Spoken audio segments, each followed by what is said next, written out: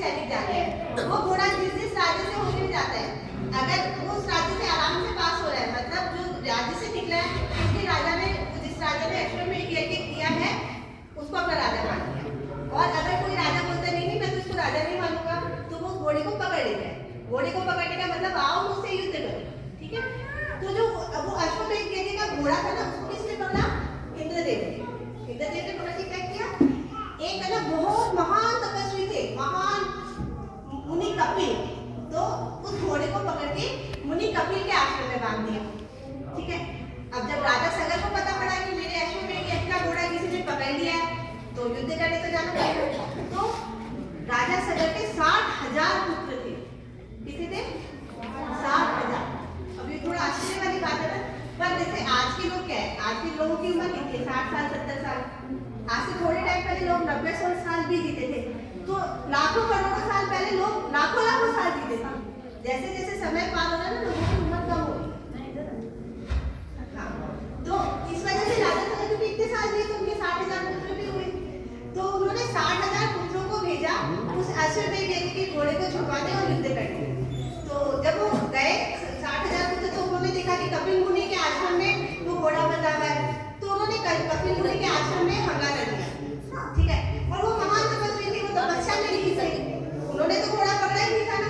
तो जैसे उनको जब उनकी तपस्या में भंग हुआ, तो ध्यान से सुनो, सेटल हो। जब उनकी तपस्या में भंग आया तो उन्होंने क्रोध से अपनी आंखें खोली। जब उन्होंने क्रोध से अपनी आंखें खोली ना, तो उनकी आंखों में से अग्नि निकली, ज्वाला। क्योंकि तपस्वी मुनि बहुत तपस्या करते हैं ना, तो उनमें शक्ति ताकत भी बहुत होती है।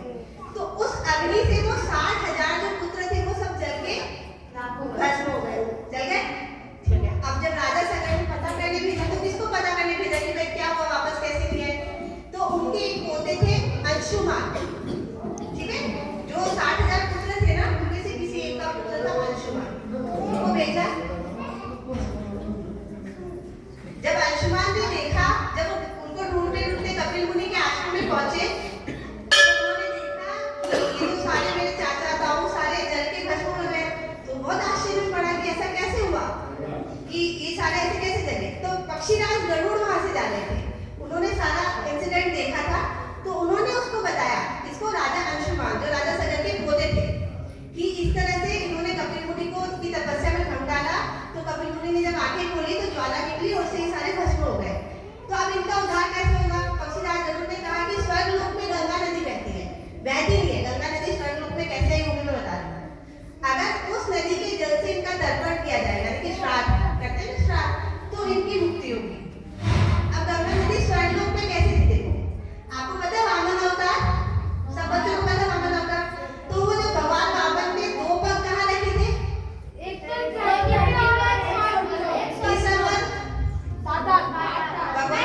बलि के सर पे, राजा बलि। तो जब उन्होंने पहला पग अपना स्वर्ग लोक पे रखा, उस पग की ब्रह्मदेव ने जल से उस चरण को धोया था। देखो अपन के घर में कोई मेहमान आते तो अपन चरण धोते हैं ना भगवान के, तो जब वो पैर स्वर्गलोक में गया था ना उनका, तो ब्रह्मदेव ने जल से उस पैर को धोया, और वो पैर धोने के बाद जो जल होता है ना चरणामृत होता है, उसको अपने कमंडल में भर लिया। तो वही है गंगा नदी, ठीक है।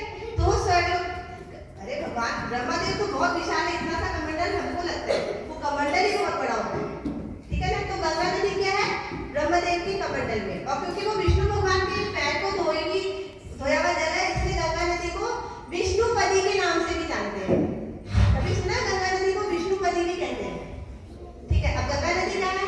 ब्रह्मा जी के कमंडल में, उसको लाना पृथ्वी लोक पे। तो अंशुमन ने क्या किया, राजा सगर तो राज्य कर रहे थे, राजपाट चला रहे थे, उन्होंने दादा को सौंप दिया, बेटे सारे मर ही गए, और अंशुमान घोर तपस्या के लिए चला गया कि मैं हिमालय में जाऊंगा, तपस्या करूंगा और गंगा नदी को प्रसन्न करूंगा और उसको धरती पे लेके आऊंगा, ताकि हमारे जो पूर्वज जो जल के भस्म हुए उनका उद्धार हो। पर ऐसा नहीं हुआ, उन्होंने घोर तपस्या करी, पर गंगा नदी प्रसन्न नहीं हुई। फिर अंशुमान के बेटे थे राजा दिलीप, ठीक है। अब राजा दिलीप जब अंशुमान से नहीं हुआ, तो राजा दिलीप ने कुछ समय तो शासन चलाया। फिर राजा दिलीप के पुत्र हुए भागीरथ, तो उन्होंने अपना राजपाट भागीरथ को सौंपा, और फिर वो भी घनघोर तपस्या के लिए चले गए।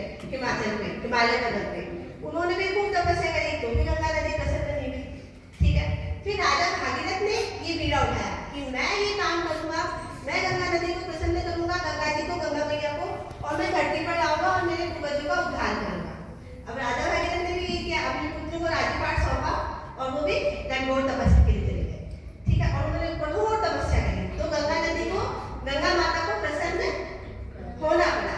उन्होंने प्रसन्न हुए, उनको वरदान दिए कि ठीक है, मैं तुम्हारे साथ स्वर्गलोक से पृथ्वीलोक तक आने के लिए तैयार हूँ।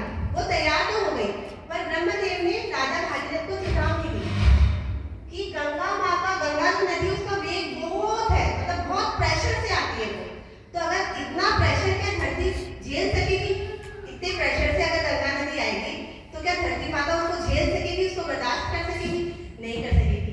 तो तुम क्या करो, शिव जी की पूजा करो, शिव जी की तपस्या करो और शिव जी को प्रसन्न करो, क्योंकि गंगा माँ का वेग केवल एक प्रभु शिव ही उठा सकते हैं। तो उन्होंने, भागीरथ ने 1 साल तक पैर के एक अंगूठे पे खड़े होकर शिव जी की तपस्या करी। फिर शिव जी प्रसन्न हुए और उन्होंने हाँ करी कि ठीक है, मैं गंगा को अपनी जटाओं में धारण कर दूंगा।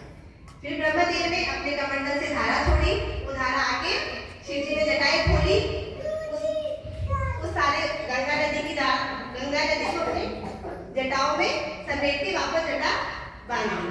अब गंगा नदी कहाँ आ गई? शिव जी की जटाओं में। फिर उन्होंने क्या किया, एक जटा खोली अपनी, सिर्फ एक बाल की जट, और उससे गंगा नदी को स्लो वे में पृथ्वी तक प्रवाहित किया। देखो, आपके ऊपर एक बाल्टी में से कोई पानी डालेगा तो प्रेशर ज्यादा रहेगा, और नल से धीरे धीरे आएगा तो प्रेशर कम रहेगा ना। अगर वो पूरी गंगा नदी एक साथ आती तो प्रेशर ज्यादा होता, और शिव जी ने एक जटा